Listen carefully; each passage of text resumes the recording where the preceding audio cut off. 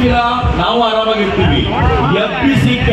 ಎಬ್ಬಿಸಿದ್ರೆ ಮಾತ್ರ ಆಂಜನೇಯರಂತೆ ಗದೆ ಹಿಡ್ಕೊಂಡು ಪ್ರಹಾರ ಮಾಡದೆ ಅನ್ನೋದನ್ನ ಹಿಂದೂ ಸಮಾಜ ಯಾವತ್ತೂ ತೋರಿಸಿದೆ.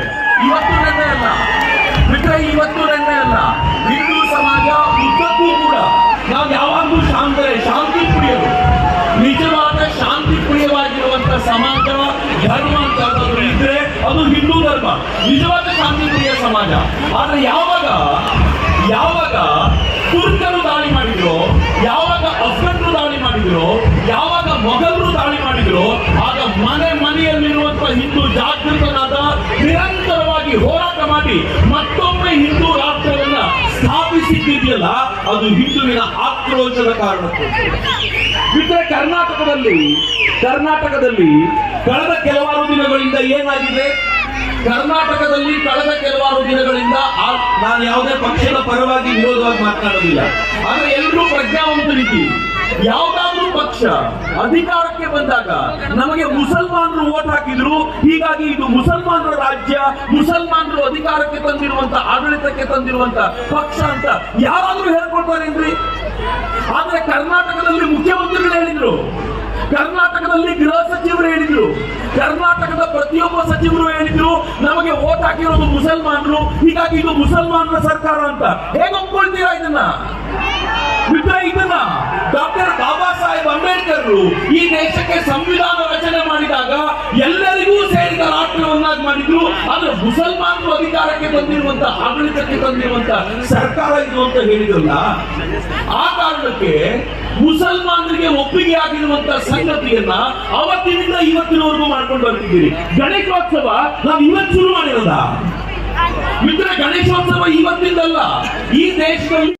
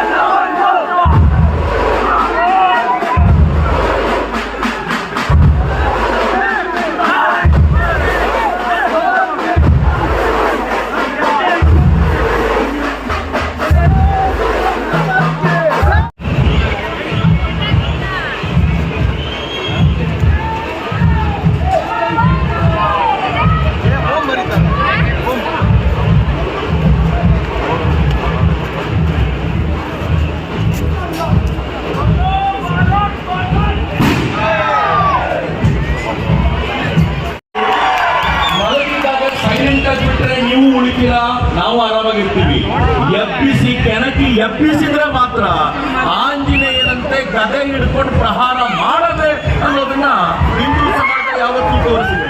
ಇವತ್ತು ನೆನ್ನೆ ಅಲ್ಲ, ಬಿಟ್ರೆ ಇವತ್ತು ನೆನ್ನೆ ಅಲ್ಲ, ಹಿಂದೂ ಸಮಾಜ ಉದ್ದಕ್ಕೂ ಕೂಡ ನಾವು ಯಾವಾಗಲೂ ಶಾಂತಿ ಪ್ರಿಯರು, ನಿಜವಾದ ಶಾಂತಿ ಪ್ರಿಯವಾಗಿರುವಂತ ಸಮಾಜ ಧರ್ಮ ಅಂತ ಯಾವ್ದಾದ್ರು ಇದ್ರೆ ಅದು ಹಿಂದೂ ಧರ್ಮ, ನಿಜವಾದ ಶಾಂತಿ ಪ್ರಿಯ ಸಮಾಜ.